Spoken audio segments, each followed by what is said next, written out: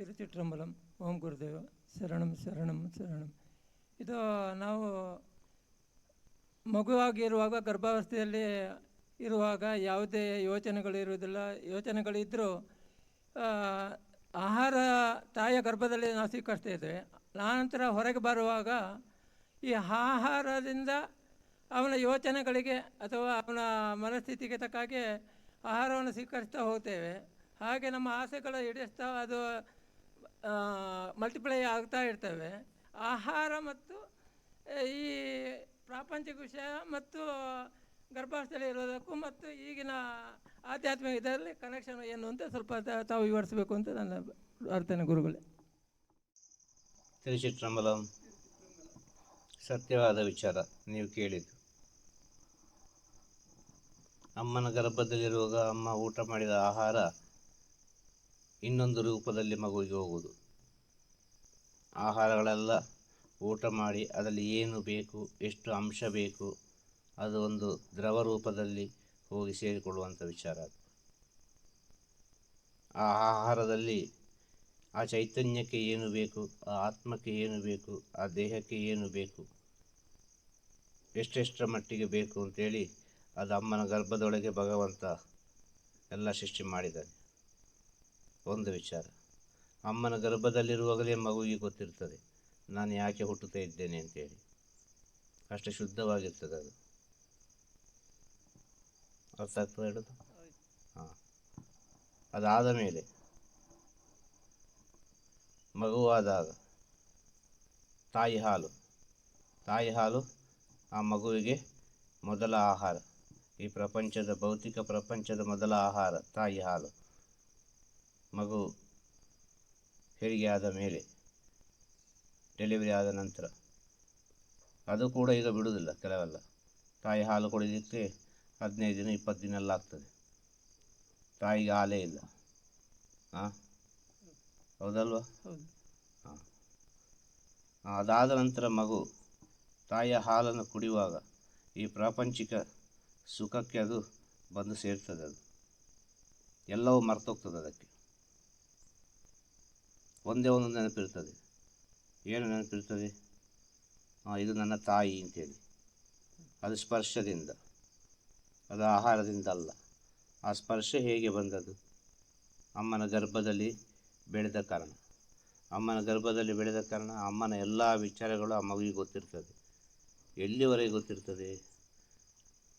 ಆ ಮಗು ಬೆಳೀತಾ ಬೆಳೀತಾ ಬೆಳೀತಾ ಬೆಳೀತಾ ಒಂದೊಂದು ಹೆಜ್ಜೆ ಮುಂದೆಡ್ತಾ ಹೋಗುವಾಗ ಹಳತ್ತನ್ನು ಮರೆತು ಹೊಸ ದಾರಿಗೆ ಹೋಗ್ತದೆ. ಆಹಾರದಲ್ಲೇ 3 ಆಹಾರವನ್ನು ನೀಡಿದಾರಲ್ವ? ಸಾತ್ವಿಕ ಆಹಾರ, ರಜಸಿಕ ಆಹಾರ, ತಾಮಸಿಕ ಆಹಾರ. ಅರ್ಥ ಆಯ್ತಾ? 3 ಆಹಾರ. ಒಂದು ಸಾತ್ವಿಕ ಆಹಾರ. ಸಾತ್ವಿಕ ಆಹಾರ ಅಂದ್ರೇನು? ಹಾಂ, ಸಸ್ಯಾಹಾರ.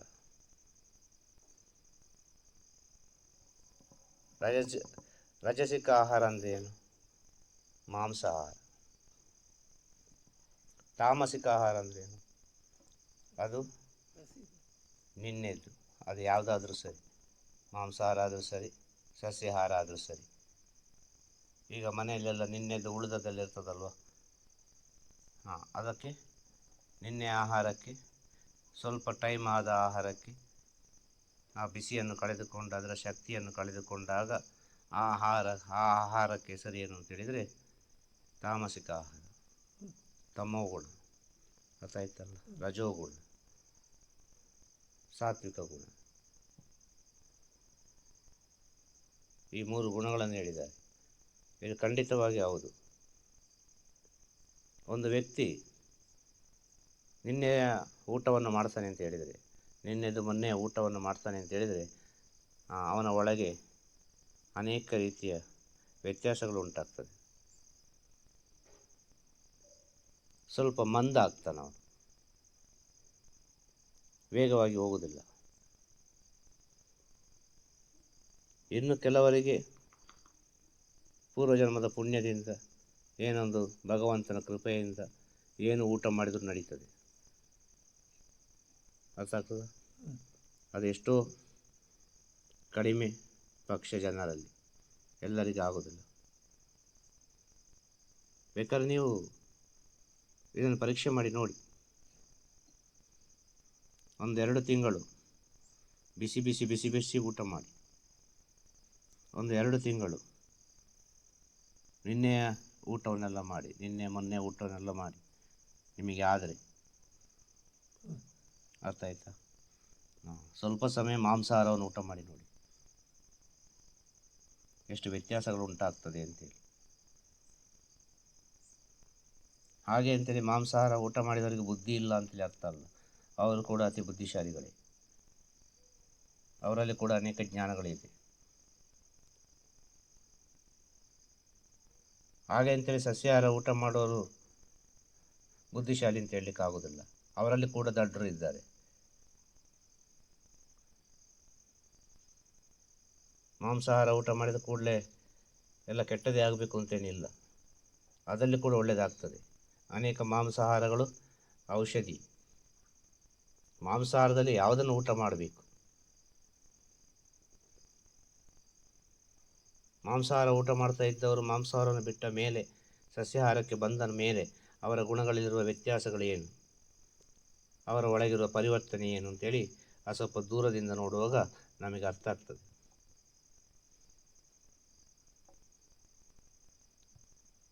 ಇದೆಲ್ಲ ಅನುಭವದಲ್ಲಿ ತಿಳ್ಕೊಳ್ಳುವಂಥ ವಿಚಾರ. ಆಹಾರದಲ್ಲೇ ಎಲ್ಲವೂ ಕೆಡುವುದು. ಆಹಾರವೇ ಮಾಯೆ. ಆ ಮಾಯೆ ನಮ್ಮನ್ನು ಆವರಿಸಬಾರ್ದು ಅಂತೇಳಿ ಆ ಆಹಾರವನ್ನು ಯಾವ ರೀತಿ ತಗೊಳ್ಬೇಕು ಆ ರೀತಿ ತಗೊಂಡ್ರೆ ಮಾತ್ರ ಆಹಾರಕ್ಕೆ ಒಂದು ಶಕ್ತಿ ಬರ್ತದೆ, ಅದರಲ್ಲಿರುವ ಚೈತನ್ಯ ನಮ್ಮ ಒಳಗೆ ಬರ್ತದೆ. ಅನ್ನ ಬ್ರಹ್ಮಂ ಪೂರ್ಣ ಬ್ರಹ್ಮಂ ಅಂತ ಹೇಳಿದ್ದಾರೆ. ಅರ್ಥ ಆಗ್ತಾ ಹೇಳೋದು? ಆದ ಕಾರಣ ಹೇಳೋದು ಮಧ್ಯಾಹ್ನ ಹೊತ್ತಿನಲ್ಲಿ ಊಟ ಮಾಡಬೇಕು. ಮಧ್ಯಾಹ್ನ ಹೊತ್ತಿನಲ್ಲಿ ಊಟ ಮಾಡಿದರೆ ಆನೆಯ ಬಲ ಬರ್ತದೆ. ಸೂರ್ಯ ನಡು ನೆತ್ತಿಯಲ್ಲಿರುವಾಗ 12 ಗಂಟೆಯಿಂದ 1:30 ಗಂಟೆ ಒಳಗೆ ಊಟ ಮಾಡಿ ಆಗಬೇಕು. ಆಗ ನಮ್ಮ ಒಳಗೆ ಜೀರ್ಣಕ್ರಿಯೆ ಚೆನ್ನಾಗಿ ಆಗ್ತದೆ. ಯಾವ್ಯಾವ ಹೊತ್ತಿನಲ್ಲೆಲ್ಲ ಊಟ ಮಾಡಬಾರ್ದು. ಆದರೆ ಈ ಉದರ ಎಂಬುದು ದೊಡ್ಡ ಯಜ್ಞ. ಅಲ್ಲಿ ಯಾವ ಸಮಯಕ್ಕೆ ಏನು ಹಾಕಿದ್ರೂ ಅದು ಕರಗುತ್ತದೆ. ಆದರೆ ಯಾವ ಸಮಯಕ್ಕೆ ಏನು ಹಾಕಿದರೆ ಅದು ಆ ಹೊತ್ತಿಗೆ ಕರಗಿದರೆ ಏನು ಪ್ರಯೋಜನ? ಕರಗೋದು ಎಲ್ಲ ಸಮಯದಲ್ಲಿ ಕರಗುತ್ತದೆ, ಊಟ ಮಾಡಿದರೆ ಜೀರ್ಣ ಆಗ್ತದೆ. ಆದರೆ ಮಧ್ಯಾಹ್ನ ಹೊತ್ತಿನಲ್ಲಿ ಊಟ ಮಾಡಿದರೆ ಏನು ಪ್ರಯೋಜನ? ಅದು ಮಧ್ಯಾಹ್ನ ಹೊತ್ತಿನಲ್ಲೇ ಊಟ ಮಾಡಿ ನೀವು ಅಭ್ಯಾಸ ಮಾಡಿ ನೋಡಬೇಕು. ಒಂದು ಚೂರು ಕೂಡ ಟೈಮ್ ತಪ್ಪಿಸಬಾರ್ದು. ಅದು ಆರೋಗ್ಯ ಯಾವ ರೀತಿ ಇರ್ತದೆ ಅಂತೇಳಿ ನಿಮಗೆ ಗೊತ್ತಾಗ್ತದೆ, ಮನಸ್ಥಿತಿ ಯಾವ ರೀತಿ ಇರ್ತದೆ ಅಂತೇಳಿ ಗೊತ್ತಾಗ್ತದೆ. ಯಾಕೆ ಬೇಕಾಗಿ ಮಾಡಿದರೆ ಇದೆಲ್ಲ? ಒಂದು ಊಟ ಮಾಡಿ ಇನ್ನೊಂದು ಸಲ ಊಟ ಮಾಡಬೇಕಾದ್ರೆ 6 ಗಂಟೆಗಳ ಅವಧಿಗಳು ಬೇಕು, ಗ್ಯಾಪು ಬೇಕು. ನಡುವಿನಲ್ಲಿ ಊಟ ಮಾಡಬಾರ್ದು. ಇದು ಹಾಗೆ ಅಲ್ಲ, ಇದು ಊಟ ಮಾಡಿಕೊಂಡೇ ಇರೋದು. ಆ ರೀತಿ ಊಟ ಮಾಡಲಿಕ್ಕಿಲ್ಲ. ಬೆಳಿಗ್ಗೆ ಒಂದು ಸಲ ಊಟ ಆಯಿತಾ, ಅದಾದ ಮೇಲೆ ಮಧ್ಯಾಹ್ನವೇ ನಡುವಿನಲ್ಲಿ ಏನು ಸಿಕ್ಕಿದೆಲ್ಲ ಊಟ ಮಾಡಲಿಕ್ಕಿಲ್ಲ. ಮತ್ತೆ ಪುನಃ ಸೂರ್ಯ ಅಸ್ತಮಾನ ಆಗೋದ್ರೆ ಒಳಗೆ ಊಟ ಮಾಡಿ ಆಗಬೇಕು. ಇದು ಹಾಗೆ ಅಲ್ಲಲ್ಲ. ಆಹಾರ ಮಾತ್ರ ಅಲ್ಲ, ಇಲ್ಲಿ ನಮ್ಮ ಸಿಸ್ಟಮೇ ಸರಿ ಇಲ್ಲ. ಇಲ್ಲಿ ಆ ಸಿಸ್ಟಮ್ ಸರಿ ಇರುವಾಗ ಆಹಾರದ ಊಟ ಮಾಡಿದ ಸ್ಥಿತಿ ಕೂಡ ತಪ್ತದೆ ಅಂತ ಹೇಳೋದು. ನೀವೆಷ್ಟು ಶುದ್ಧವಾದ ಆಹಾರ ಊಟ ಮಾಡಿದ್ರು ಅಲ್ಲ, ಯಾವುದು ಹಳೆಯ ಅನ್ನ ಊಟ ಮಾಡಿದ್ರು, ನಿನ್ನೆಯ ಆಹಾರ ಮೊನ್ನೆಯ ಆಹಾರ ಊಟ ಮಾಡಿದ್ರು, ಬಿಸಿ ಬಿಸಿ ಊಟ ಮಾಡಿದ್ರು, ಸಾತ್ವಿಕ ಆಹಾರ ಊಟ ಮಾಡಿದ್ರು, ಮಾಂಸಾಹಾರ ಊಟ ಮಾಡಿದ್ರು, ಆಹಾರದಿಂದಲೇ ಈ ಪ್ರಕೃತಿಗೆ ನಾವು ಟಚ್ ಆಗೋದು. ಯಾವುದೇ ಆಹಾರ ಊಟ ಮಾಡಿದರೂ ಕೂಡ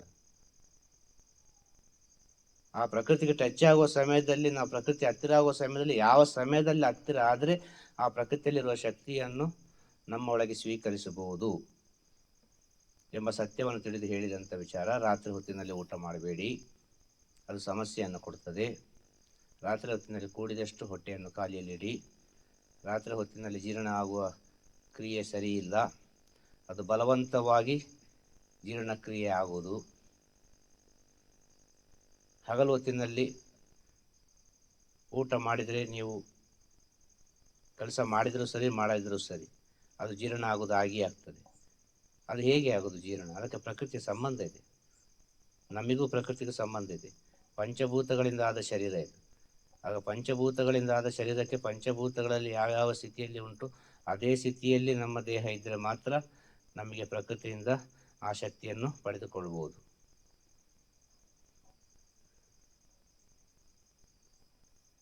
ಎಂಥದೇ ಜ್ಞಾನಿಯಾದರೂ ಎಂಥದೇ ಯೋಗಿಯಾದರೂ ಕೂಡ ಅವನು ಮೊದಲು ಊಟ ಮಾಡಲೇಬೇಕು. ಮಗು ಇರುವಾಗ ಊಟ ಮಾಡಲೇಬೇಕು. ಅಮ್ಮನ ಗರ್ಭದಲ್ಲಿರುವಾಗ ಯಾವುದೋ ಒಂದು ರೀತಿಯಲ್ಲಿ ಊಟ ಮಾಡಲೇಬೇಕು. ಹೋಗ್ತಾ ಹೋಗ್ತಾ ಹೋಗ್ತಾ ಹೋಗ್ತಾ ಅವನಿಗೆ ಅರಿವಾಗ್ತದೆ ಎಲ್ಲದಕ್ಕೂ ಕಾರಣ ಈ ಆಹಾರ ಅಲ್ವಾ ಅಂತೇಳಿ. ಆಗ ಏನು ಮಾಡ್ತಾನೆ, ಇದರಿಂದ ಹೊರಗೆ ಬರೋದು ಹೇಗಪ್ಪ? ಕಾರಣ ಏನು ಅಂತೇಳಿದರೆ, ಆಹಾರದ ಸಮಸ್ಯೆಗಳು ಹೇಗೆ ಬರ್ತದೆ ಅಂತ ಕೇಳಿದ್ರಲ್ವ. ಅಡುಗೆ ಮಾಡುವವರ ಕೈಯಿಂದ. ಯಾರು ಒಬ್ಬರು ಅಡುಗೆ ಮಾಡ್ತಾರೆ ಅವರ ಮನಸ್ಸು ಹೇಗೆ ಉಂಟು ಹಾಗೆ ಅವರ ಭಾವನೆಗಳು ಆ ಆಹಾರದಲ್ಲಿ ಹೋಗಿ ಸೇರಿಕೊಳ್ತದೆ.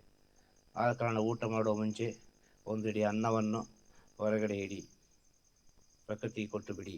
ಅದರಲ್ಲಿ ಏನಾದರೂ ವಿಷಯಗಳಿದ್ದರೆ ಅದು ಸ್ವಲ್ಪ ಹೊರಗೆ ಹೋಗಲಿ ಆಚೆ. ಅವರ ಮನಸ್ಸಿನ ಕೆಟ್ಟ ಅಭಿಪ್ರಾಯಗಳು ಕೆಲವೆಲ್ಲ ವಿಚಾರಗಳೆಲ್ಲ ಇದ್ದರೆ ಸ್ವಲ್ಪ ಅನ್ನವನ್ನು ಹೊರಗಿಟ್ಟರೆ ಅದು ಯಾವುದೋ ಒಂದು ರೀತಿಯಲ್ಲಿ ಅದರಲ್ಲಿರೋ ಕಲ್ಮಶ ಹೊರಗೆ ಹೋಗ್ತದೆ. ಏನೆಲ್ಲ ನೆನೆಸ್ಕೊಂಡು ಮಾಡ್ತಾರಲ್ಲ ಅಡುಗೆ, ಬೈದುಕೊಂಡು ಮಾಡ್ತಾರೆ, ಯಾವುದೋ ಒಂದು ಆಲೋಚನೆ ಮಾಡಿಕೊಂಡು ಮಾತಾಡ್ತಾರೆ, ಏನೆಲ್ಲ ಮಾತಾಡಿಕೊಂಡು ಅಡುಗೆ ಮಾಡ್ತಾರೆ, ಕೋಪದಲ್ಲಿ ಅಡುಗೆ ಮಾಡ್ತಾರೆ, ಇನ್ನು ಯಾವುದ್ಯಾವುದು ಮನಸ್ಥಿತಿಯಲ್ಲಿ ಹೇಳಲಿಕ್ಕೆ ಆಗುವುದಿಲ್ಲ ಈಗಿನ ಕಾಲದಲ್ಲಿ. ಇದೆಲ್ಲ ಭಾವನೆಗಳಾಗಿ ಪರಿವರ್ತನೆ ಆಗ್ತದೆ. ಕಾರಣ ಏನು? ಇದು ಮನುಷ್ಯ ಬಯಸುವುದು, ಮನುಷ್ಯನ ಕೈಯಿಂದ ಆಗೋದಿದು, ಪ್ರಕೃತಿಯಿಂದ ಆಗೋದಲ್ಲ. ಪ್ರಕೃತಿಯಿಂದ ಆಗ್ತದೆ ಎಲ್ಲ ಆಹಾರಗಳು, ಹಣ್ಣು ಹಂಪಲೆಲ್ಲ. ಮಾನವ ಊಟ ಮಾಡುವಂಥ ವಿಚಾರ, ಅದನ್ನು ಊಟ ಮಾಡಿದರೆ ಯಾವುದೇ ದೋಷಗಳಿಲ್ಲ. ಆದ ಕಾರಣ ಸಾಧುಗಳು ಸಂತರುಗಳು ಯೋಗಿಗಳನ್ನೆಲ್ಲ ನೋಡುವಾಗ ನಮ್ಮ ಭಾವನೆಗಳು ಅವರನ್ನು ಹೋಗಿ ಸೇರಬಾರ್ದು, ನಮ್ಮಲ್ಲಿರೋ ಕೆಟ್ಟ ವಿಚಾರಗಳು ಅವರನ್ನು ಹೋಗಿ ಸೇರಬಾರ್ದು ಎಂಬ ಉದ್ದೇಶಕ್ಕೆ ಸಾಧುಗಳನ್ನು ಸಂತರುಗಳನ್ನು ಹೋಗಿ ನೋಡುವಾಗ ಹಣ್ಣು ಹಂಪಲು ತಗೊಂಡು ಹೋಗುವುದು. ಅದು ಪ್ರಕೃತಿ ದತ್ತವಾಗಿ ಬಂದ, ಅದು ಭಗವಂತನೇ ಬೇಯಿಸಿದ ಆಹಾರ, ನಾವು ಬೇಯಿಸಿದಲ್ಲ. ಅದಕ್ಕೆ ಏನು ಮಾಡಿದರೂ ಹೋಗುವುದಿಲ್ಲ. ಕಾರಣ ಏನು? ಭಾವನೆಗಳು ಹೇಗೆ ಬೆರೆಯುವುದು ಕೇಳುವುದು, ಭಾವನೆಗಳು ಹೇಗೆ ಬೆರೆಯುವುದು ಅಂತೇಳಿ. ಆ ಭಾವನೆಗಳು ಬೆರೆಯುವುದು ಹೇಗೆ ಅಂತೇಳಿದರೆ, ಆಹಾರ ಬೇಯಬೇಕಾದ್ರೆ ನೀರು ಬೇಕು. ಈ ನೀರಿಗೆ ಬೇಗ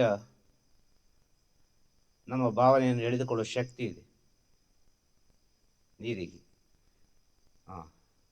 ನೀರು ಮಾತ್ರ ಸಾಕ? ಜೊತೆಗೆ ಅಗ್ನಿಯೂ ಬೇಕು. ಈ ಅಗ್ನಿ ಕೂಡ ಬೇಗ ರಿಸೀವ್ ಮಾಡುತ್ತೆ ನಮ್ಮ ಮಾತನ್ನು. ಅದು ಹೇಗೆ ಹೋಗಿ ಸೇರುವುದು? ಕಾರಣ ಏನು? ಆ ಅಗ್ನಿ ನಮ್ಮೊಳಗೆ ಉಂಟು, ಆ ನೀರು ನಮ್ಮೊಳಗೆ ಉಂಟು, ಆ ಆಹಾರ ನಮ್ಮೊಳಗೆ ಉಂಟು, ಎಲ್ಲವೂ ನಮ್ಮೊಳಗೆ ಉಂಟು. ಅದು ನಮ್ಮೊಳಗಿರುವ ಕಾರಣ ನಾವು ಏನು ತಿಳ್ಕೊಳ್ತೇವೆ ಅದು ಸ್ವೀಕರಿಸ್ತದೆ. ಸತ್ಯವಾದ ವಿಚಾರ. ನಾವು ಯೋಚಿಸಿದ್ದು ತಗೊಳ್ತದೆ ಅಂತ ಏನು ಖಂಡಿತವಾಗಿ ನಾವು ಏನು ಯೋಚನೆ ಮಾಡ್ತೇವೋ ಅದು ತಗೊಳ್ತದೆ. ಆದ ಕಾರಣ ಅನ್ನ ಪ್ರಸಾದ ಮಾಡುವಲ್ಲಿ ದೇವಸ್ಥಾನದಲ್ಲಿ ಒಂದು ಮಠದಲ್ಲೆಲ್ಲ ಒಂದು ಮಡಿ ಮೈಲಿಗೆಯಿಂದ ಮಾಡ್ತಾರೆ. ಅವರನ್ನು ಯಾರು ಮುಟ್ಟಬಾರ್ದು, ಅವರ ಹತ್ರ ಯಾವುದೋ ಒಂದು ವಿಚಾರವನ್ನು ಮಾತಾಡಬಾರ್ದು, ಶುದ್ಧ ಮನಸ್ಸಿನಿಂದ ಅವ್ರು ಮಾಡಬೇಕು. ಅವರ ಮನಸ್ಸನ್ನು ಹೋಗಿ ನಾವು ಕೆಡಿಸಬಾರ್ದು, ಅಡುಗೆ ಮನೆಯೊಳಗೆ ಹೋಗಬಾರ್ದು. ಇದೆಲ್ಲ ಸತ್ಯ ಸ್ಥಿತಿಗಳು. ಊಟ ಮಾಡುವ ಇದೇ ರೀತಿ ಊಟ ಮಾಡಬೇಕು. ಊಟ ಮಾಡುವಾಗ ಸ್ವಲ್ಪ ಕೈ ನೀರು ತಗೊಂಡು, ಹಸ್ತೋದಕ ತಗೊಂಡು ಅನ್ನಪೂರ್ಣೇಶ್ವರಿಯನ್ನು ಪ್ರಾರ್ಥನೆ ಮಾಡಿ, ಸ್ವಲ್ಪ ಅನ್ನಪೂರ್ಣೇಶ್ವರಿ ಮೇಲೆ ಪ್ರೋಕ್ಷಣೆ ಮಾಡಿ, ಅದಾದ ಮೇಲೆ ಊಟ ಮಾಡಬೇಕು. ಆಗ ಯಾವುದೇ ರೀತಿಯ ನೆಗೆಟಿವ್ಗಳೆಲ್ಲ ನಮಗೆ ಬಂದು ಸೇರುವುದಿಲ್ಲ. ಇನ್ನು ಕೆಲವು ಸಾಧುಗಳು ಸಂತರುಗಳು ಯಾರ ಕೈಯಿಂದಲೂ ಊಟ ಮಾಡೋದಿಲ್ಲ, ಅವರೇ ಬೇಯಿಸಿ ಊಟ ಮಾಡ್ತಾರೆ. ಅದರಲ್ಲಿ ಯಾವುದೇ ರೀತಿಯ ಅಡ್ಡಿ ಆತಂಕಗಳು ಬರುವುದಿಲ್ಲ. ಆದರೆ ಅದು ಈಗಿನ ಕಾಲದಲ್ಲಿ ಆಗುವುದಿಲ್ಲ. ಮನುಷ್ಯರ ಜೊತೆ ಬೆರೆಯುವಾಗ ಪ್ರೀತಿಗೆ ಕಟ್ಟು ಬಿದ್ದು ಒಬ್ಬ ಕೊಟ್ಟದ್ದನ್ನು ಸ್ವೀಕಾರ ಮಾಡಲೇಬೇಕು. ಇನ್ನು ಕೆಲವರು ಹೇಳ್ತಾರೆ ಎಲ್ಲ ಬಿಟ್ಟವರಿಗೆ ಎಂಥದನ್ನು ಇದನ್ನೆಲ್ಲ ಹೇಳ್ತಾ ಇದ್ದಾರೆ ಅಂತೇಳಿ ಅಲ್ವಾ. ಎಲ್ಲ ಬಿಟ್ಟಿದ್ದಾರಂತೆ, ನಮ್ಮ ಕೈಯಿಂದ ಊಟ ಮಾಡೋದಿಲ್ಲ ಅಂತೆ. ಇವರಲ್ಲಿ ಎಂಥ ಸನ್ಯಾಸಿಗಳು, ಇವರಲ್ಲಿ ಎಂಥ ಜ್ಞಾನಿಗಳು, ಇವರಲ್ಲಿ ಎಂಥ ಯೋಗಿಗಳು ಅಂತೇಳಿ, ಇವರಿಗೆಲ್ಲ ಏನುಂಟು ಅಂತೇಳಿ. ಎಲ್ಲ ಬಿಟ್ಟವರಿಗೆ ಖಂಡಿತವಾಗಿಯೂ ಎಲ್ಲ ಬಿಟ್ಟವರಿಗೆ ಯಾವುದೂ ಇಲ್ಲ. ಅದು ದೊಡ್ಡ ಸ್ಥಿತಿ, ಅದು ಮಹಾಸ್ಥಿತಿ. ಅದು ಆ ಸ್ಥಿತಿಗೆ ಹೋಗಬೇಕು ಅಂತ ಹೇಳಿದರೆ ಈ ಜ್ಞಾನಿಯಾದವನಿಗೆ ಅರ್ಥ ಆಗ್ತದೆ. ಜ್ಞಾನಿಯಾದವನಿಗೆ ಒಂದು ಆಹಾರವನ್ನು ಯಾವ ರೀತಿ ಪರಿವರ್ತನೆ ಮಾಡಬೇಕು ಅಂತ ಗೊತ್ತಿರ್ತದೆ ಅವನಿಗೆ. ಯಾವ ರೀತಿ ಅದನ್ನು ಪರಿವರ್ತನೆ ಮಾಡಬೇಕು, ಯಾವ ರೀತಿ ಪರಿವರ್ತನೆ ಮಾಡಿ ಅದನ್ನು ಕೊಡಬೇಕು ಅಂತೇಳಿ. ಅದು ಪ್ರಕೃತಿ ವೈದ್ಯ. ಅದು ಪ್ರಕೃತಿಯಲ್ಲಿ ಒಂದು ವೈದ್ಯ ಉಂಟು. ಆ ಪ್ರಕೃತಿ ವೈದ್ಯವನ್ನು ತಿಳಿದಿರ್ತಾನವ. ಆ ಸ್ಥಿತಿಗೆ ಹೋಗಬೇಕು ಅಂತ ಹೇಳಿದರೆ ಅವ ಈ ಆಹಾರವನ್ನು ಸ್ವಲ್ಪ ಸಮಯ ಬಿಟ್ಟೇ ಆಗಬೇಕು.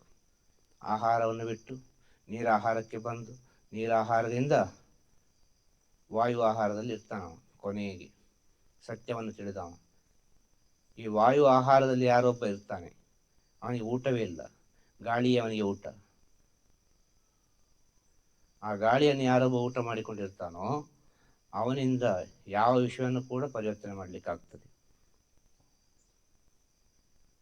ಅರ್ಥ ಆಗ್ತಾ ಹೇಳೋದು ನಿಮಗೆ? ಅಲ್ಲಿ ಮನಸ್ಸು ಏನು ಕೆಲಸ ಮಾಡ್ತದೆ ಆ ಸ್ಥಿತಿಯಲ್ಲಿ? ಯಾವ ಸ್ಥಿತಿಯಲ್ಲಿ? ನಾವು ಆಹಾರವನ್ನು ಕಡಿತಗೊಳಿಸ್ತಾ ಹೋಗುವಾಗ ಮನಸ್ಸು ಯಾವ ಸ್ಥಿತಿಯಲ್ಲಿ ಇರ್ತದೆ? ಅದರ ಮನಸ್ಸು ಸೂಕ್ಷ್ಮವಾಗ್ತದೆ. ಆಹಾರ ಕಡಿಮೆ ಆಗ್ತಾ ಮನಸ್ಸು ಸೂಕ್ಷ್ಮವಾಗ್ತದೆ. ಮನಸ್ಸು ಸೂಕ್ಷ್ಮವಾಗಿ ಯಾವ ಕಡೆ ಸೂಕ್ಷ್ಮವಾಗ್ತದೆ ಅದೇ ರೀತಿಯ ಗುಣ ಬರ್ತದೆ. ಭಗವಂತ ಭಗವಂತ ಭಗವಂತ ಭಗವಂತ ಅಂತೇಳಿ ಸೂಕ್ಷ್ಮವಾದರೆ ಅದು ಭಗವಂತನಲ್ಲೇ ಹೋಗಿ ಸೇರ್ತದೆ. ಅರ್ಥ ಆಗ್ತದೆ ಹೇಳೋದು? ಇನ್ನು ಆಹಾರ ಬಿಟ್ಟಿದ್ದಾನೆ, ಅವನು ಕೂಡ ಗಾಳಿಯಲ್ಲೇ ಇದ್ದಾನೆ. ಆದರೆ ಅವನ ಒಳಗಿನ ವಿಚಾರಗಳು ಕೆಲವೆಲ್ಲ ಬೇರೆ ವಿಷಯಕ್ಕೆ ಪರಿವರ್ತನೆ ಆದರೆ ಅಲ್ಲಿ ಅಹಂಕಾರ ಬರ್ತದೆ. ಪವರ್ ಇರ್ಬೋದು, ವಿಪರೀತವಾದ ಪವರ್ ಇರ್ಬೋದು, ಆದರೆ ಅದರಿಂದ ಮನುಷ್ಯರಿಗೆ ಬಹಳಷ್ಟು ಸಮಸ್ಯೆಗಳು ಉಂಟಾಗ್ತದೆ. ಎರಡೂ ಉಂಟಾಗ್ತದೆ. ಇದರಲ್ಲಿ ಆಹಾರದಲ್ಲಿ ಪಕ್ವವಾದ ಆಹಾರ ಮತ್ತು ಪ್ರಕೃತಿದತ್ತವಾದ ಆಹಾರ, ಹಸಿ ಇದು ಎಲ್ಲ ತಿಂತಾರಲ್ಲ, ಹಣ್ಣು ಹಂಪಲು, ಹೌದು, ಅದಕ್ಕೂ ಇದಕ್ಕೂ ಇರುವ ವ್ಯತ್ಯಾಸ ಏನು ಅಂತ? ಪಕ್ವ ಅಂದರೆ ನಾವು ಪಾಕ ಮಾಡಿದ ಆಹಾರಕ್ಕೂ ಇದಕ್ಕೂ ವ್ಯತ್ಯಾಸ? ಖಂಡಿತವಾಗಿಯೂ ಹಣ್ಣು ಹಂಪಲು ಊಟ ಮಾಡಿಯೇ ಜೀವನ ಮಾಡಲಿಕ್ಕೆ ಆಗುವುದಿಲ್ಲ. ಅರ್ಥ ಆಯ್ತಾ? ನಮ್ಮ ದೇಹಕ್ಕೆ ಬೇಕಾದ ವಿಟಮಿನ್, ಪ್ರೋಟೀನ್, ನಮ್ಮ ಈಗಿನ ಕಾಲಕ್ಕೆ ತಕ್ಕವಾದ ವಿಚಾರಗಳು ಎಲ್ಲವೂ ಸಿಗಬೇಕಾದರೆ ಅಮ್ಮ ಗರ್ಭದಲ್ಲಿರೋ ಏನನ್ನು ಊಟ ಮಾಡಿದರೆ ಅದನ್ನು ಬಳಸಲೇಬೇಕಾಗ್ತದೆ. ಅದು ಬಳಸಿ ಬಳಸಿ ಬಳಸಿ ಹೋಗ್ತಾ ಹೋಗ್ತಾ ಹೋಗ್ತಾ ಹೋಗ್ತಾ ನಾವು ಈ ಆಹಾರದಿಂದ ದೂರ ಹೋಗೋದು. ಅದು ಶೂನ್ಯ ಸ್ಥಿತಿಗೆ ನಾವು ಆಹಾರವನ್ನು ಕೊಂಡೋಗುವಾಗ ದೇಹದ ಆರೋಗ್ಯಕ್ಕೆ ಏನು ಸಮಸ್ಯೆ ಬರ್ತದೆ ಅಂತ ಒಂದು ಪ್ರಶ್ನೆ. ಖಂಡಿತವಾಗಿಯೂ ಸತ್ಯವಾದ ವಿಚಾರ. ಸಮಸ್ಯೆ ಬಂದೇ ಬರ್ತದೆ, ಎಲ್ಲರಿಗೂ ಆಗುವುದಿಲ್ಲ. ಅದು ಆಹಾರವನ್ನು ಬಿಟ್ಟರೆ ಎಲ್ಲರಿಗೂ ಆಗುವುದಿಲ್ಲ. ಇದೆಲ್ಲ ಎಲ್ಲರೂ ಮಾಡುವಂಥ ವಿಚಾರವೂ ಅಲ್ಲ ಇದು ನಾನು ಹೇಳಿದ ವಿಚಾರ. ಅಲ್ಲ, ನಾನು ಹೇಳಿದ ಮನಸ್ಸು ಇದರ ಸ್ಥಿತಿ ಬಂದರೆ ಅದು ಆವಾಗ ಸಮಸ್ಯೆ ಬರುವುದಿಲ್ಲ ಅಂತ ಹೇಳುವುದಂಥದ್ದು. ಖಂಡಿತವಾಗಿ ಮನಸ್ಸು ಶುದ್ಧವಾಗಿ ಇದ್ದರೆ ನೀವು ಯಾವ ಆಹಾರ ಊಟ ಮಾಡಿದರೂ ಕೂಡ ನಿಮಗೇನು ಆಗುವುದಿಲ್ಲ. ಮನಸ್ಸು ಇಲ್ಲಿ ಅಶುದ್ಧ ಆಗ್ತಾನೆ ಉಂಟು. ಅಶುದ್ಧವಾದ ಮನಸ್ಸನ್ನು ನೀವು ಶುದ್ಧ ಮಾಡಲಿಕ್ಕೆ ಪ್ರಯತ್ನ ಪಡದಿದ್ದರೆ ನೀವು ಏನೂ ಮಾಡಿದರೂ ಕೂಡ, ನಾವು ಆಹಾರ ಊಟ ಮಾಡೋದಾದರೂ ಕೂಡ ಈ ಆಹಾರವೆಂಬ ವಿಚಾರ ಜೀವವಾಗಿ ನಮ್ಮೊಳಗೆ ಹೋಗುದು. ಅರ್ಥ ಆಗ್ತದಾ? ಹೌದೌದು. ಈ ಜೀವ ಅದು ಹೇಗೆ ಹೋಗ್ತದೆ? ಈಗ ಆಹಾರ ಆಗುದು ಹೇಗೆ? ಆಹಾರ ಆಗಲಿಕ್ಕೆ ಏನು ಬೇಕು? ವಾಯು ಬೇಕು, ವಾಯು ಬೇಕು, ಗಾಳಿ ಬೇಕು, ನೀರು ಬೇಕು, ಎಲ್ಲ ಬೇಕು ಅಲ್ವಾ? ಈ ಆಹಾರದಲ್ಲಿ ಯಾವ ರೀತಿ ಜೀವ ಸೇರ್ತದೆ ಅಂತ ಹೇಳಿದ್ರೆ ನೀರಿನ ಮೂಲಕ. ಅರ್ಥ ಆಗ್ತದಾ? ಈ ನೀರು ಮಳೆಯಾಗಿ ಬರ್ತದಲ್ವಾ? ಈ ಮಳೆಯಾಗಿ ಬರುವ ನೀರಿನಲ್ಲಿ ಎಷ್ಟು ಜೀವ ಉಂಟು ಗೊತ್ತಾ? ಆ ಜೀವ ಈ ಆಹಾರದೊಳಗೆ ಸೇರಿಕೊಳ್ತದೆ. ಕೇವಲ ನೀರು ಮಾತ್ರ ಸೇರುವುದಿಲ್ಲ, ಎಲ್ಲವೂ ಸೇರಿಕೊಳ್ತದೆ. ಪಂಚಭೂತಗಳು ಏನೆಲ್ಲ ಉಂಟು ಅದೆಲ್ಲವೂ ಅದರೊಳಗೆ ಸೇರಿಕೊಳ್ತದೆ ಆಹಾರದಲ್ಲಿ. ಅದೇ ಪಂಚಭೂತಗಳು ನಮ್ಮ ಒಳಗಿರುವುದು. ಅರ್ಥ ಆಗ್ತಾ ಹೇಳೋದು ನಿಮಗೆ? ಗೊತ್ತಾಯ್ತು. ಈ ಆಹಾರ ಆಗುವುದು ಹೇಗೆ ಅಂತ ನೋಡಬೇಕು. ಈ ಆಹಾರ ಊಟ ಮಾಡುವ ಕಾರಣ ಒಂದೊಂದು ಆತ್ಮಗಳು ಬರುವುದು ಅಂತ ಹೇಳೋದು. ಈ ಆಹಾರ ಇಲ್ಲದಿದ್ದರೆ ಆತ್ಮಗಳು ಬರಲಿಕ್ಕೆ ಸಾಧ್ಯವೇ ಇಲ್ಲ ಅಂತ ಹೇಳೋದು. ಅರ್ಥ ಆಗ್ತದೆ ನಿಮಗೆ ಹೇಳೋದು? ಹೌದು. ಯಾವುದೇ ಆತ್ಮಗಳು ಬರಲಿಕ್ಕೆ ಸಾಧ್ಯ ಇಲ್ಲ ಆಹಾರ ಇಲ್ಲದಿದ್ದರೆ. ಮನುಷ್ಯ ಬರುವ ಮುಂಚೆ ಆಹಾರ ಬಂದದ್ದು, ಅದಾದ ನಂತರ ಮನುಷ್ಯ ಬಂದ. ಹೌದು. ಏನಪ್ಪ ಆಹಾರದಿಂದ ಆತ್ಮಗಳು ಬರ್ತದೆ ಅಂತ ಹೇಳಿದರೆ, ಆತ್ಮಗಳ ಮೂಲ ಅದು. ಅದಲ್ಲೇ ಇದ್ದರೆ ಮನುಷ್ಯ ಬರಲಿಕ್ಕೆ ಸಾಧ್ಯ ಆಯಿತು. ಅದಲ್ಲೇ ಇದ್ದರೆ ಎಲ್ಲ ಜೀವರಾಶಿಗಳು ಬರಲಿಕ್ಕೆ ಸಾಧ್ಯ ಆಯಿತು. ಎಲ್ಲ ಜೀವರಾಶಿಗಳು ಬರುವಾಗ ಅದಕ್ಕೆ ಬೇಕಾದ ಆಹಾರವನ್ನು ಮೊದಲು ಭಗವಂತ ತಯಾರು ಮಾಡಿದ. ಯಾವ ರೀತಿ? ಈಗ ಒಂದು ಹುಲಿ ಇದೆ, ಒಂದು ಸಿಂಹ ಇದೆ, ಒಂದು ಕ್ರೂರ ಪ್ರಾಣಿ ಇದೆ. ಅದಕ್ಕೆ ಬೇಕಾದ ಆಹಾರಕ್ಕೆ ತಕ್ಕವಾಗಿ ಅದಕ್ಕೆ ಕೋರೆ ಹಲ್ಲುಗಳನ್ನು ಕೊಟ್ಟ, ಕಾಲಿನಲ್ಲಿ ಉಗುರುಗಳನ್ನು ಕೊಟ್ಟ, ಎಲ್ಲ ಗ್ರಿಪ್ಪಿಗೆ ಓಡಬೇಕು, ಕಾಡದು. ಆದರೆ ಅದೇ ರೀತಿ ಸೃಷ್ಟಿ ಮಾಡಿದ, ಅದಕ್ಕೆ ಅದೇ ರೀತಿಯ ಆಹಾರವನ್ನು ಕೊಟ್ಟ. ಮನುಷ್ಯನಿಗೆ ಯಾವ ರೀತಿಯ ಆಹಾರವನ್ನು ಕೊಟ್ಟ? ಸಾತ್ವಿಕ ಆಹಾರವನ್ನು ಕೊಟ್ಟ. ಮಾಂಸಾಹಾರ ಊಟ ಮಾಡಿದರೆ ಏನಾಗ್ತದೆ? ಮಾಂಸಾಹಾರ ಊಟ ಮಾಡಿದರೆ ಏನು ಆಗುವುದಿಲ್ಲ. ಮಾಂಸಾಹಾರ ಊಟ ಮಾಡಿದವರೇ ಇರುವುದು ಈ ಪ್ರಪಂಚದಲ್ಲಿ. ಎಲ್ಲರ ಮೂಲ ಹೋಗಿ DNA ಟೆಸ್ಟ್ ಮಾಡಿ ನೋಡಿದರೆ ಪ್ರತಿಯೊಬ್ಬರು ಮಾಂಸಾಹಾರಿಗಳೇ. ಅದಲ್ಲದೆ ಇವತ್ತು ಮಾಂಸಾಹಾರ ಎಂಬ ವಿಚಾರ ಯಾವುದ್ಯಾವುದರಲ್ಲಿ ಹೇಗೆಲ್ಲ ಮಿಕ್ಸ್ ಆಗಿ ಬರ್ತದೆ ಅಂತೇಳಿ ಹೇಳಲಿಕ್ಕೆ ಗೊತ್ತಿಲ್ಲ. ಅನೇಕ ರೀತಿಯಲ್ಲಿ ಬರ್ತಾ ಉಂಟು ಮಾಂಸಾಹಾರದ ಅದರ ಒಂದು ಸಣ್ಣ ಒಂದು ಪ್ರಮಾಣ. ನಿಜವಾಗಿಯೂ ನಮಗೆ ಗೊತ್ತಾಗುವುದಿಲ್ಲ ಅಷ್ಟೇ. ಯಾವುದ್ಯಾವುದಕ್ಕೆ ಯಾವ್ಯಾವ ಕೊಬ್ಬು ಬೆರೆಸ್ತಾರೆ, ಯಾವುದ್ಯಾವುದಕ್ಕೆ ಏನೇನು ಬೆರೆಸ್ತಾರೆ, ಯಾವುದ್ಯಾವುದರ ವಿಷಯವನ್ನು ಒಂದು ಇಂಜೆಕ್ಷನ್ ಮೂಲಕ ಕೊಡ್ತಾರೆ, ಯಾವುದರ ಟ್ಯಾಬ್ಲೆಟ್ ಮೂಲಕ ಕೊಡ್ತಾರೆ, ಇದು ನಮಗೆ ಗೊತ್ತಾಗುವುದಿಲ್ಲ.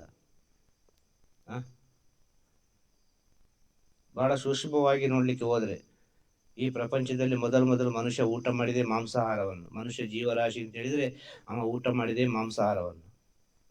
ಆ ಮಾಂಸಾಹಾರ ಊಟ ಮಾಡಿದವನಿಗೆ ಜ್ಞಾನ ಹೇಗೆ ಆಯಿತು? ಇಲ್ಲಿ ಇರುವುದು ವಿಚಾರ. ಆ ಮಾಂಸಾಹಾರ ಊಟ ಮಾಡೋದು ಸ್ವಲ್ಪ ದೂರ ಮಾಡಿ ಅಂತ ಹೇಳುವ ಕಾರಣ ಏನು? ಭಾವನೆಗಳು ಸ್ವಲ್ಪ ವ್ಯತ್ಯಾಸ ಆಗ್ತದೆ, ಬೇರೆ ಏನಾಗುವುದಿಲ್ಲ. ಇಲ್ಲಿ ಸ್ವಲ್ಪ ಶಾಂತ ಇದ್ದವ ಸ್ವಲ್ಪ ಸ್ಟ್ರಾಂಗ್ ಆಗಿರ್ತಾನೆ. ಒಬ್ಬೊಂದು ಪ್ರೀತಿಯಿಂದ ಹೇಳುವಾಗ ಅವ ಮಾತು ಕೇಳುವುದಿಲ್ಲ, ಅವ ಸ್ಟ್ರಾಂಗ್ ಆಗಿ ಮಾತಾಡ್ತಾನೆ. ನೀನು ಯಾರಪ್ಪ ಕೇಳೋದು, ನನಗೆ ಗೊತ್ತುಂಟು ಅಂತ ಹೇಳ್ತಾನೆ. ಇಷ್ಟೇ ವಿಚಾರ. ಹಾಗೆ ಅಂತೇಳಿ ಎಲ್ಲರೂ ಆಗಿಲ್ಲ. ಇನ್ನು ಕೆಲವರು ಹೇಳಿದನ್ನು ಕೂಡಲೇ ಕೇಳ್ತಾರೆ. ಇನ್ನು ಕೆಲವರಿಗೆ ಯೋಚನೆ ಮಾಡೋ ಶಕ್ತಿ ಇರುವುದಿಲ್ಲ, ತಪ್ಪಾಗಿ ಯೋಚನೆ ಮಾಡ್ತಾರೆ ಹೇಳುವ ವಿಚಾರವನ್ನು. ಈ ಸಾತ್ವಿಕ ಆಹಾರದವ ಬಹಳ ಸೂಕ್ಷ್ಮವಾಗಿ ಶಾಂತವಾಗಿ ಅವ ಯೋಚನೆ ಮಾಡ್ತಾರೆ. ಅದನ್ನು ಇಬ್ಬರು ಕೂಡ ಯೋಚನೆ ಮಾಡದೆ ಮಾಂಸಾಹಾರ ಊಟ ಮಾಡಿದವ ಕೂಡಲೇ ಡಿಸಿಷನ್ ತಗೊಳ್ತಾನೆ. ಸಾತ್ವಿಕ ಆಹಾರ ಊಟ ಮಾಡಿದವನು ಸ್ವಲ್ಪ ನಿಧಾನವಾಗಿ ಡಿಸಿಷನ್ ತಗೊಳ್ತಾನೆ. ಭೂಮಿ ಮೇಲಿರುವ ಎಲ್ಲ ಜೀವರಾಶಿಗಳು, ಇದೆಲ್ಲ ಭಾವನೆಗೆ ಸಂಬಂಧಪಟ್ಟ ಜೀವರಾಶಿಗಳು. ಒಂದು ಕೋಳಿ ಆಗಲಿ ಅದಕ್ಕೊಂದು ಭಾವನೆಗಳಿದೆ, ಒಂದು ಆಡು ಆಗಲಿ ಅದಕ್ಕೊಂದು ಭಾವನೆಗಳಿದೆ. ಇನ್ನು ಯಾವುದೇ ಒಂದು ಮಾಂಸಾಹಾರ ಊಟ ಇರಲಿ ಅದಕ್ಕೊಂದು ಭಾವನೆಗಳಿದೆ. ಆ ಭಾವನೆಗಳು ನಮ್ಮ ಭಾವನೆ ಜೊತೆ ಬೆರೆಯುವುದಿಲ್ಲ.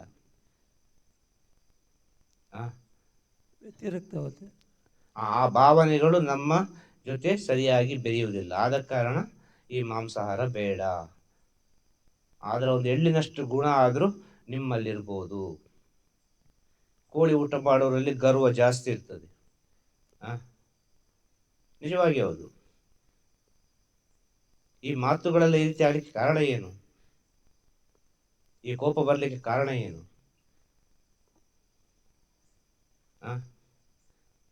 ಈ ಮಾಂಸಾಹಾರ ಎಂಬುದು ದೇಹದಲ್ಲಿರುವ ಕಾಮ, ಕ್ರೋಧ, ಮದ, ಲೋಭ, ಮೋಹ, ಮತ್ಸರವನ್ನು ಸ್ವಲ್ಪ ಹೆಚ್ಚುಗೊಳಿಸುತ್ತದೆ. ಈ ಸಸ್ಯಾಹಾರ ಎಂಬುದು ಕಾಮ, ಕ್ರೋಧ, ಮದ, ಲೋಭವನ್ನು ಒಂದು ಲಿಮಿಟಿನಲ್ಲಿ ಇಟ್ಟುಕೊಳ್ತದೆ, ಸರಿಯಾದ ಕಟ್ಟುಪಾಡಲ್ಲಿದ್ದರೆ. ಈಗ ಸಸ್ಯಾಹಾರ ಊಟ ಮಾಡೋದ್ರಲ್ಲಿಯೂ ಅನೇಕ ಸಮಸ್ಯೆಗಳಿದೆ. ಎಲ್ಲರೂ ಕಂಟ್ರೋಲ್ ಬರಲಿಕ್ಕೆ ಆಗುವುದಿಲ್ಲ. ಎಲ್ಲರೂ ಸಸ್ಯಾಹಾರ ಊಟ ಮಾಡೋರೆಲ್ಲ ಶ್ರೇಷ್ಠರು ಅಂತ ಹೇಳಲಿಕ್ಕೆ ಆಗುವುದಿಲ್ಲ. ಇಲ್ಲಿ ಎಲ್ಲ ಮಾಂಸಾಹಾರ ಊಟ ಮಾಡೋರು ಕನಿಷ್ಠರು ಅಂತ ಹೇಳಲಿಕ್ಕೆ ಆಗುವುದಿಲ್ಲ. ಆಹಾರಕ್ಕಿಂತಲೂ ಮಿಗಿಲಾದ ಒಂದು ವಿಚಾರ ಉಂಟು, ಕರ್ಮ. ಆ ಕರ್ಮ ಯಾವ ರೀತಿ ಕರ್ಕೊಂಡು ಹೋಗ್ತದೆ ಅದೇ ರೀತಿ ಹೋಗ್ಬೇಕಾಗ್ತದೆ ಅಂತ ಹೇಳುದು ಕೊನೆಗೆ. ಆಹಾರಕ್ಕಿಂತಲೂ ಅದು ಮಿಗಿಲಾದ ವಿಚಾರ. ಆ ಕರ್ಮಕ್ಕೆ ತಕ್ಕಂತೆ ಅವನ ಆಹಾರಗಳು ಸಿದ್ಧತೆ ಆಗ್ತಾನೆ ಇರ್ತದೆ. ಆ ಒಂದು ಜನ್ಮದಲ್ಲಿ ಯಾವುದೋ ಒಂದು ಸ್ಥಿತಿಯಿಂದ ಈ ಜನ್ಮಕ್ಕೆ ಬಂದಿದ್ದಾನೆ. ಆ ಮಾಂಸಾಹಾರದಲ್ಲೇ ಅವನ ಜೀವನ ಇತ್ತು. ಅದು ಇನ್ನು ಪರಿಶುದ್ಧವಾಗಲಿಲ್ಲ ಅಂತ ಹೇಳುವಾಗ ಅದೇ ಮಾಂಸಾಹಾರದಲ್ಲೇ ಜೀವನ ಕಂಟಿನ್ಯೂ ಆಗ್ತದೆ. ಈ ರಾಕ್ಷಸರೆಲ್ಲ ಮಾಂಸಾಹಾರ ಊಟ ಮಾಡಿದವರೇ, ಆದರೆ ರಾಕ್ಷಸರ ಸತ್ಯ ಎಷ್ಟು ಸತ್ಯವಾಗಿತ್ತು. ಎಲ್ಲ ದೇವತೆಗಳು ಅವರಿಗೆ ಒಲಿತಿದ್ರಲ್ಲ ರಾಕ್ಷಸರಿಗೆ. ಅದು ಹೇಗೆ ಸಾಧ್ಯ ಆಯಿತು? ಪುರಾಣದಿಂದಲೇ ತಗೊಳ್ಳುವ ನಾವು. ಆಗ ಇದರ ಮೇಲೆ ಇರುವ ವಿಚಾರ ಕರ್ಮ ಅಂತ ಹೇಳೋದು. ಈ ಕರ್ಮವನ್ನು ಅರ್ಥ ಮಾಡಿಕೊಳ್ಳಲಿಕ್ಕೆ ಈ ಆಹಾರ ಬಹಳ ಮುಖ್ಯ ಅಂತ ಹೇಳೋದು. ಅದೆಷ್ಟೋ ಜನ ನೋಡ್ಬೋದು ನೀವು, ಮಾಂಸಾಹಾರ ಊಟ ಮಾಡ್ತಿದ್ದವರೆಲ್ಲ ಮಾಂಸಾಹಾರ ಬಿಟ್ಟು ಸಸ್ಯಾಹಾರವಾಗಿ ಅನೇಕ ಪರಿವರ್ತನೆಯನ್ನು ಕಂಡುಕೊಂಡಿದ್ದಾರೆ. ಆಗ ಅವ್ರು ಹೇಳ್ತಾ ಇರ್ತಾರೆ, ನಾನು ಮುಂಚೆ ನೋಡಿದರೆ ತುಂಬ ವಿಪರೀತ ಕೋಪ ಇತ್ತು, ಈಗ ನನ್ನ ಕೋಪ ಎಲ್ಲಿ ಹೋಯ್ತು ಅಂತಲೇ ಗೊತ್ತಿಲ್ಲ, ನಾನು ಹೇಗೆ ಇಷ್ಟು ಕೂಲ್ ಆದೆ ಅಂತ ಗೊತ್ತಿಲ್ಲ, ಯಾಕೆ ನಾನು ಇಷ್ಟು ಡೌನ್ ಆದೆ ಅಂತ ಗೊತ್ತಿಲ್ಲ. ಇದೆಲ್ಲ ಆಹಾರದಿಂದ ಆಗುತ್ತಾನೆ. ಆಹಾರ ಎಂಬುದು ಬಹಳ ಮುಖ್ಯ. ಆಹಾರದಲ್ಲಿ ಎಲ್ಲವೂ ಆಗುವುದು. ಮಾಯ ಒಳಗೆ ಸತ್ಯ ಇರುವುದು. ಆಹಾರವನ್ನು ನೀವು ಯಾವ ರೀತಿ ಉಪಯೋಗಿಸಬೇಕು, ಯಾವ ರೀತಿ ಅದನ್ನು ಬಳಸಬೇಕು ಅಂತ ಗೊತ್ತಿದ್ರೆ ಮಾತ್ರ ಆಹಾರ ನಿಮಗೆ ದಿವ್ಯ ಔಷಧ. ಆಹಾರವನ್ನು ನೀವು ಯಾವ್ಯಾವ ರೀತಿಯಲ್ಲಿ ಬಳಸಿದರೆ ಆ ಆಹಾರವೇ ನಿಮಗೆ ಬಹಳ ತೊಂದರೆಯನ್ನು ಕೊಡ್ತದೆ.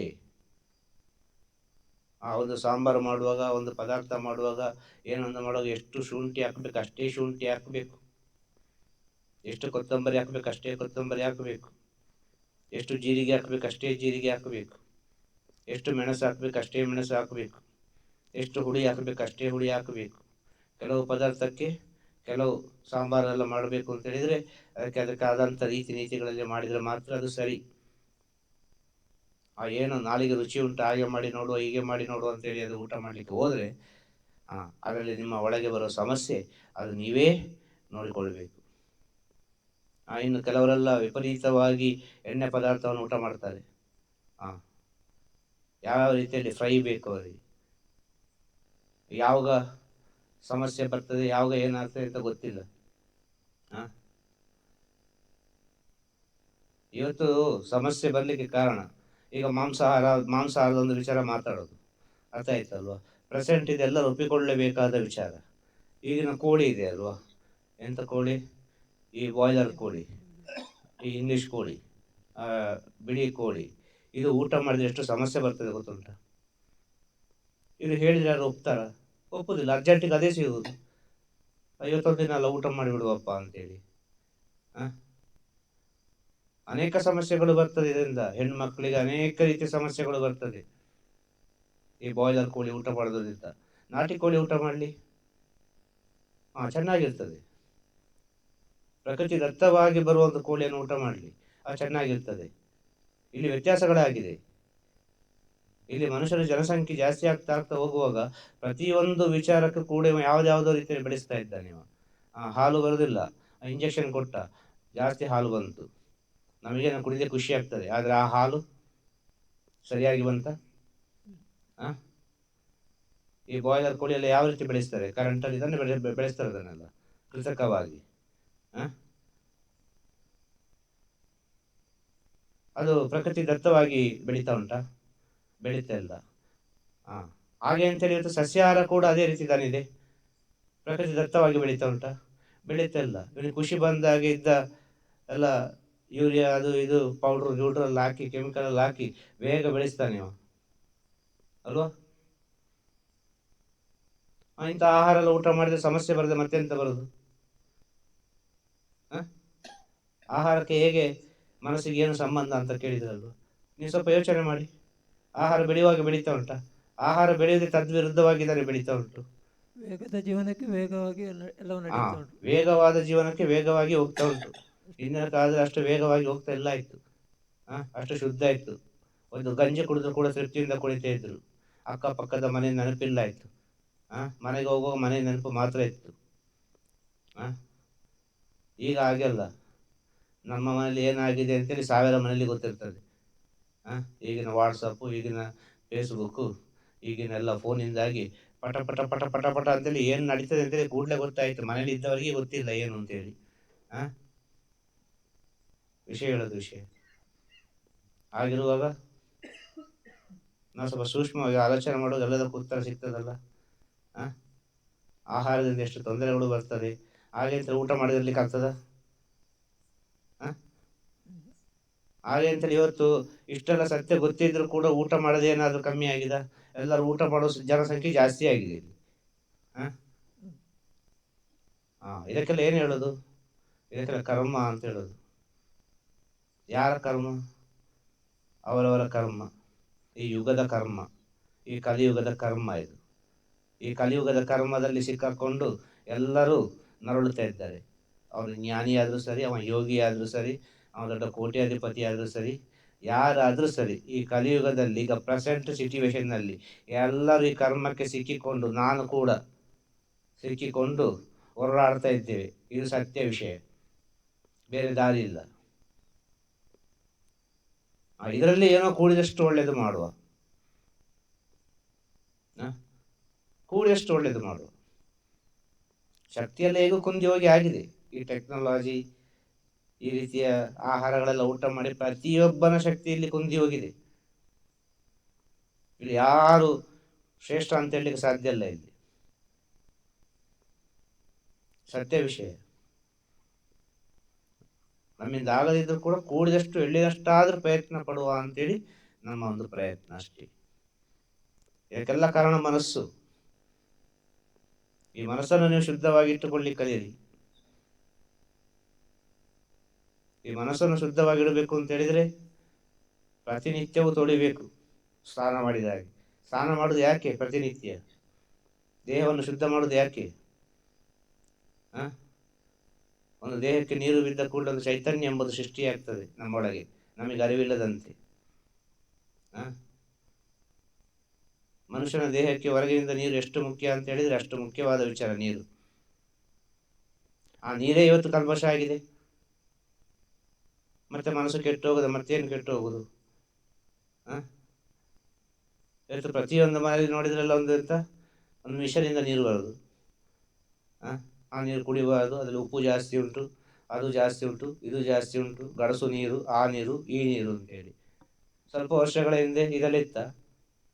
ಊಟ ಮಾಡಲಿಲ್ವ, ಸ್ನಾನ ಮಾಡಲಿಲ್ವ, ನಿದ್ರೆ ಮಾಡಲಿಲ್ವ, ಶಾಲೆಗೆ ಹೋಗ್ಲಿಲ್ವ? ಎಲ್ಲ ಮಾಡಿದಾರಲ್ವ? ಅದು ಹೇಗೆ ಮಾಡಿದ್ರು? ಇಷ್ಟು ವ್ಯಾಧಿ ಇತ್ತ? ಇಷ್ಟು ಡಾಕ್ಟರ್ ಇದ್ರ? ಆ ಮನುಷ್ಯ ಪ್ರಕೃತಿಗೆ ಹತ್ತಿರವಾಗಿದ್ದ. ಪ್ರಕೃತಿಗೆ ಹತ್ತಿರವಾಗಿ ತುಂಬಾ ಯೋಚನೆ ಎಲ್ಲ ಮಾಡ್ತಲ್ಲ ಆಯ್ತವ. ಈ ಯೋಚನೆ ಮಾಡೋದು ಹೇಗೆ? ಮನಸ್ಸಿನಿಂದ ತಾನೆ. ಬುದ್ಧಿ ಹೆಚ್ಚಾಗಿದ್ದಾನೆ. ಅವ ಯಾವುದನ್ನು ಯೋಚನೆ ಮಾಡ್ತಾರೆ, ಆಯ್ತು ಇದುವೇ ನೀರಪ್ಪ, ಇಲ್ಲೇ ಸ್ನಾನ ಮಾಡಿ ಬಿಡುವ, ಇದೇ ಕೆರೆಯಲ್ಲಿ ಸ್ನಾನ ಮಾಡಿ ಏನೋ ಒಂದು ಮುಳುಗಿ ಹೋಗಿ ಬಿಡುವ ಅಂತ ಹೋಗ್ತಾ ಇದ್ದ. ಅವನಿಗೆ ಯಾವ ಸಮಸ್ಯೆ ಬರ್ತಲ್ಲ ಆಯ್ತು. ಕೆಸರಲ್ಲಿ ಕೆಲಸ ಮಾಡ್ತಾ ಇದ್ದ. ಈಗ ಹಾಗೆ ಈಗ ಟ್ರ್ಯಾಕ್ಟರ್ ಬಂತು, ಬಲವಂತವಾಗಿ ಅದ್ರ ಹೂಡುದು. ಅದು ಹೂಡುವ ರೀತಿಯಲ್ಲೇ ಹೂಡಬೇಕು ಜಮೀನನ್ನು. ಹಾಗಿಲ್ಲಿ ಆಹಾರ ಕೆಟ್ಟು ಹೋಗ್ಲಿಲ್ಲ ಅಂತ ಹೇಳಿದ್ರೆ ಮತ್ತೆಂತ ಕೆಟ್ಟೋದ್ದಿಲ್ಲಿ? ಮನುಷ್ಯನ ಬುದ್ಧಿ, ವಿಪರೀತವಾದ ಬುದ್ಧಿ. ಮನುಷ್ಯನ ವಿಪರೀತವಾದ ಬುದ್ಧಿಯಿಂದ ಆಹಾರ ಎಲ್ಲ ಕೆಟ್ಟು ಹೋಗ್ತಾ ಉಂಟು ಅಂತ ಹೇಳುದು. ಖಂಡಿತವಾಗಿಯೂ ಸಗಣಿ ಎಣ್ಣೆ ಮುಟ್ಲಿಕ್ಕೆ ಈಗ ನಾಚಿಕೆ ಆಗ್ತದೆ. ಇಂಥದ್ದೆಲ್ಲ ವಿಚಾರಗಳೆಲ್ಲ ನಾವು ನಮ್ಮ ಒಳಗೆ ತಗೊಳ್ಳುವಾಗ ಅದೇ ರೀತಿ ದಾರಿ ಕೆಲಸ ಮಾಡೋದು. ಆಗ ಮನಸ್ಸು ಎಲ್ಲಿ ನಿಲ್ತದೆ? ಮನಸ್ಸು ಓಡ್ತಾನೆ ಇರ್ತದೆ. ಖಂಡಿತವಾಗಿಯೂ ಖಂಡಿತವಾಗಿ ಯಾರು ಮುಟ್ಟುದಿಲ್ಲ. ಈಗ ಎಲ್ಲರಿಗೂ ಮಗುವಿನ ಮಲವನ್ನೇ ಮುಟ್ಲಿಕ್ಕೆ ನಾಚಿಕೆ ಆಗುವ ಕಾರಣದ ಪ್ಯಾಂಪಸ್ ಬಂದದು.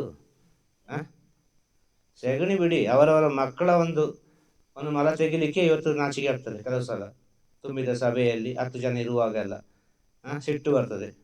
ಅದಕ್ಕೆ ತಾನೆ ಪ್ಯಾಂಪಸ್ ಬಂದದು. ಎಲ್ಲ ಆಗ್ತಾರಲ್ಲ ಮಕ್ಕಳಿಗೆ. ಇದನ್ನು ಸ್ವಲ್ಪ ಅರ್ಥ ಮಾಡಿಕೊಳ್ಬೇಕು. ಎಷ್ಟು ವೇಗವಾಗಿ ಹೋಗ್ತಾ ಉಂಟು ಅಂತೇಳಿ. ಹಿಂದಿನ ಕಾಲದಲ್ಲಿ ಎಲ್ಲ ಆ ರೀತಿ ಆದರೆ ಅಮ್ಮ ಎಷ್ಟು ಪ್ರೀತಿಯಿಂದ ಅದನ್ನು ಕ್ಲೀನ್ ಮಾಡ್ತಾ ಇದ್ರು. ಕ್ಲೀನ್ ಮಾಡಿ ಒಳ್ಳೆ ಚಂದ ಮಾಡಿ ಶುದ್ಧ ಮಾಡಿ ವಸ್ತ್ರ ಎಲ್ಲ ಹಾಕಿ ಅದಕ್ಕೆಲ್ಲ ಪೌಡ್ರು ಗಿವ್ಡ್ರೆಲ್ಲ ಹಾಕಿರ್ತಾಯಿದ್ರು. ಈಗ ಹಾಗೆ ಅಲ್ಲ, ಎಷ್ಟು ಹೊತ್ತಾದ್ರೂ ಅಲ್ಲೇ ಸ್ಟಾಕ್ ಇರ್ತದೆ. ಮತ್ತೆಲ್ಲ ಆದ ನಂತರ ತೆಗೆದು ಹೊರಗೆ ಆಗ್ತದೆ ಅಲ್ವಾ?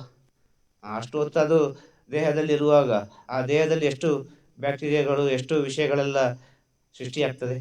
ಇದರಿಂದ ಎಷ್ಟು ಆರೋಗ್ಯ ಕೆಟ್ಟು ಹೋಗ್ತದೆ ಅಲ್ವಾ? ಇದರೆಲ್ಲ ಸ್ವಲ್ಪ ಯೋಚನೆ ಮಾಡುವ, ಸ್ವಲ್ಪ ಈ ಮನುಷ್ಯರಿಂದ ದೂರ ಇದ್ದುಕೊಂಡು ಅವನ ರೀತಿಯಲ್ಲಿ ಅವನ ಜೀವನ ಮಾಡೋದಾದರೆ ಈಗ ಹೇಳಿದ ಹಾಗೆ ಎಲ್ಲ ಮಾಡ್ಬೋದು, ಸತ್ಯ ವಿಚಾರವನ್ನು ತಿಳಿಬೋದು. ಮನುಷ್ಯರ ಜೊತೆಗೆ ಇದ್ದರೆ, 10 ಜನರ ನಡುವಲ್ಲಿದ್ದರೆ ಈ ಪ್ರಪಂಚ ಯಾವ ರೀತಿ ಹೋಗ್ತಾ ಉಂಟು ಅದೇ ರೀತಿ ಹೋಗಬೇಕು. 10 ಜನರಿಂದ ನೀವು ದೂರ ಹೋಗ್ತೀರಿ ಅಂತ ಹೇಳಿದರೆ ಅಲ್ಲಿ ಕರೆಂಟ್ ಇರಬಾರ್ದು. ಮುಖ್ಯವಾಗಿ ನಿಮ್ಮ ಮನಸ್ಥಿತಿ, ನಿಮ್ಮ ಮನಸ್ಸನ್ನು ನೀವು ಕಂಡುಹಿಡಿಬೇಕು ಅಂತಾದರೆ ಈಗಿನ ಕಾಲದಲ್ಲಿ, ಪ್ರೆಸೆಂಟ್ ಕಾಲದಲ್ಲಿ ಕರೆಂಟಿನಲ್ಲಿ ನೀವು ಬದುಕಬಾರ್ದು. ಯಾವುದೇ ರೀತಿಯ ಈ ಫೋನು ಗೀನು ಟೆಕ್ನಾಲಜಿ ಇದರಲ್ಲೆಲ್ಲ ನೀವು ಇರಬಾರ್ದು. ಆ ಸೂರ್ಯನ ಬೆಳಕಿಂದ ಸೂರ್ಯನ ಅಸ್ತಮಾನ ಆಗುವಲ್ಲಿವರೆಗೆ ನಿಮ್ಮ ಎಲ್ಲ ಆ್ಯಕ್ಟಿವಿಟೀಸ್ ಇರಬೇಕು, ಚಟುವಟಿಕೆಗಳು. ನಿಮ್ಮನ್ನು ನೀವು ತಿಳ್ಕೊಳ್ಬೇಕು ಅಂತಾದರೆ, ಆಹಾರದ ಸತ್ಯ ತಿಳ್ಕೊಳ್ಬೇಕು ಅಂತಾದರೆ, ಆಹಾರದ ಅಲ್ಲಿ ಏನೆಲ್ಲ ವ್ಯತ್ಯಾಸಗಳಾಗ್ತದೆ ಅಂತ ಹೇಳಿದರೆ ಈ ರೀತಿಯಾಗಿ ಜೀವನ ಮಾಡಲಿಕ್ಕೆ ನೀವು ಪ್ರಯತ್ನ ಪಡಿ. ಖಂಡಿತವಾಗಿ ನಿಮ್ಮೊಳಗಿರೋ ಚೈತನ್ಯ ನಿಮ್ಮಿಂದ ಹೊರಗೆ ಬರ್ತದೆ, ವಿಶೇಷವಾಗಿ ಬರ್ತದೆ. ಇದೆಲ್ಲ ನಮ್ಮ ಶಕ್ತಿಯನ್ನು ಹೀರಿಕೊಳ್ತದೆ. ಅದೆಷ್ಟು ಶಕ್ತಿ ಬಂದರೂ ಅದು ಹೀರಿಕೊಳ್ತದೆ. ಅದು ಈಗಿನ ಪ್ರೆಸೆಂಟ್ ಸಿಚುವೇಶನ್, ಆಹಾರ, ಟೆಕ್ನಾಲಜಿ ಎಲ್ಲ ವಿಚಾರಗಳು ಯಾರನ್ನು ಒಬ್ಬನನ್ನು ಸರಿಯಾಗಿ ಇಡ್ಲಿಕ್ಕೆ ಇದು ಬಿಡುವುದಿಲ್ಲ. ಈ ಕಲಿಯುಗದ ಕರ್ಮವನ್ನು ಹೇಳೋದು ಮುಗಿಬೇಕಲ್ಲ, ಯಾವುದೋ ಒಂದು ರೀತಿಯಲ್ಲಿ ಅಂತ್ಯ ಆಗಬೇಕಲ್ಲ.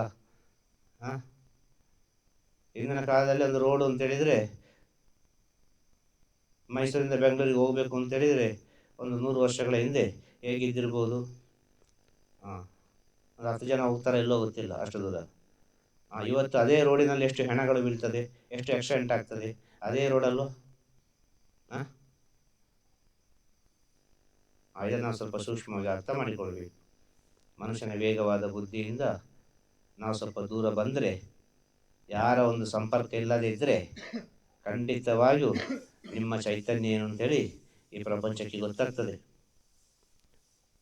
ನಿಮ್ಮ ಚೈತನ್ಯ ಒಬ್ಬರಿಗೆ ಗೊತ್ತಾದರೆ ಸಾಕು, ಆ ಚೈತನ್ಯ ಕಡಿಸಲಿಕ್ಕೆ ಓಡಿಕೊಂಡು ಬರ್ತಾರೆ ಎಲ್ಲರೂ. ಅಲ್ಲಿ ಹೋಗುವ, ಅವರ ಆಶೀರ್ವಾದ ತಗೊಳ್ಳುವ, ಹೀಗೆ ಆಗೋದು. ಆದ ಕಾರಣ ಕೆಲವು ಜ್ಞಾನಿಗಳು, ಯೋಗಿಗಳೆಲ್ಲ ಕಣ್ಣಿಗೆ ಕಾಣದ ಹಾಗೆ ಎಷ್ಟೋ ದೂರ ಇರ್ತಾರೆ.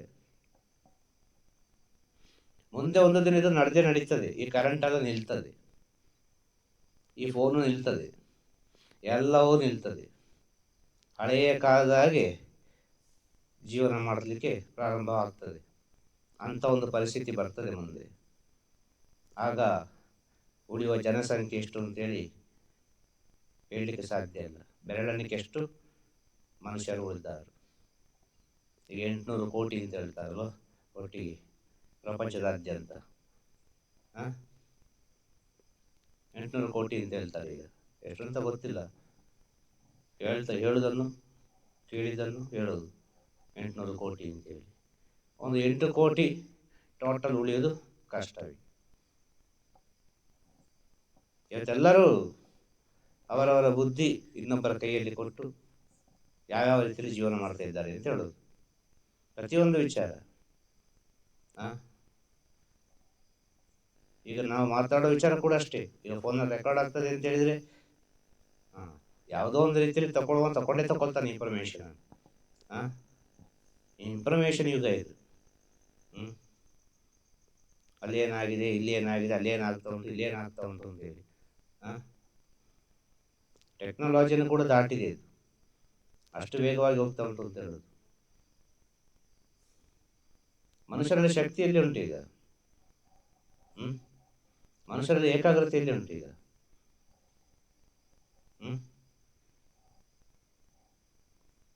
ಒಂದು ವೆಹಿಕಲಲ್ಲಿ ಹೋಗುದು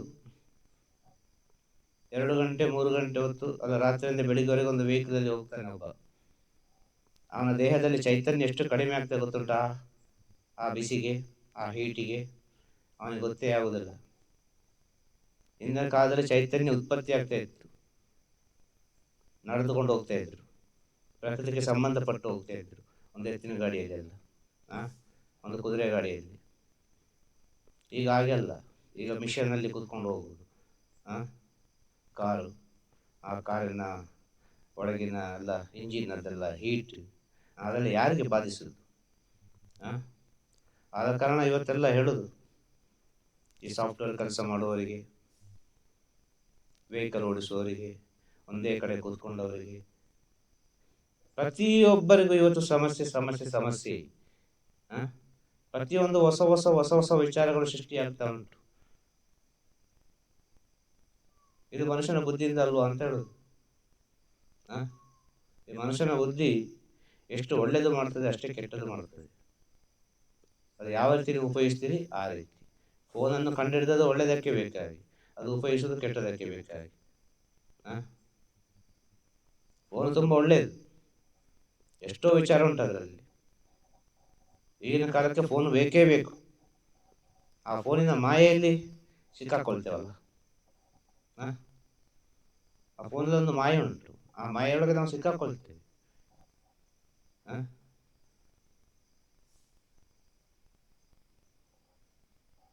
ನಿಮ್ಮ ಮನಸ್ಸು ನಿಮ್ಮ ಹಿಡಿತದಲ್ಲಿ ಇದ್ದರೆ ನಿಮ್ಗೆ ಎಂತಕ್ಕೆ ಫೋನ್? ನಿಮ್ಮ ಮನಸ್ಸು ಓಡುವ ಕಾರಣದನ್ನೇ ಅಲ್ಲಿ ಏನಾಗ್ತದೆ ಇಲ್ಲಿ ಏನಾಗ್ತದೆ ಅಂತ ತಿಳ್ಕೊಳ್ಳೋದು. ಅದು ಹೇಗೆ ಓಡುದು ಮನಸ್ಸು? ಅಷ್ಟು ಸುಲಭ ಇಲ್ಲ. ಮಗುವಾಗಿ ಬಂದು ಪುನಃ ಮಗುವಾಗಲಿಕ್ಕೆ ಅಷ್ಟು ಸುಲಭ ಇಲ್ಲ. ಮಗುವಾಗಿ ಬಂದು ಪುನಃ ಮಗುವಾಗುವುದಕ್ಕೆ ಜ್ಞಾನ ಅಂತ ಹೇಳುದು. ಆ ಜ್ಞಾನ ಅಂದ್ರೆ ಮಗುವೆ, ಅದೇ ದೊಡ್ಡ ಮಗು ನೋಡ್ಲಿಕ್ಕೆ. ಒಳಗೆ ಅಷ್ಟು ಶುದ್ಧ, ಅಷ್ಟು ಪರಿಶುದ್ಧ. ಅದು ಆ ಸ್ಥಿತಿಗೆ ಹೋಗ್ಬೇಕು ನಾವು. ಆ ಸ್ಥಿತಿಗೆ ಹೋಗ್ಬೇಕು ಅಂದ್ರೆ ಅನುಭವವೇ ನಮಗೆ ದಾರಿ ಮಾಡಿಕೊಡುವುದು. ಎಲ್ಲದಕ್ಕೂ ಕಾರಣ ಆಹಾರವೇ. ಅರ್ಥ ಆಯ್ತಾ? ಶುಭವಾಗಲಿ ನಿಮಗೆ. ತಿರುಚಿಟ್ರಂಬಲಂ. ತಿರುಚಿಟ್ರಂಬಲಂ. ಗುರುವೇ ಶರಣಂ. ಗುರುವೇ ಶರಣಂ. ನಮಃ ಶಿವಾಯ. ನಮಃ ಶಿವಾಯ. ನಮಃ ಶಿವಾಯ. ನಮಃ ಶಿವಾಯ. ನಮಃ ಶಿವಾಯ. ನಮಃ ಶಿವಾಯ.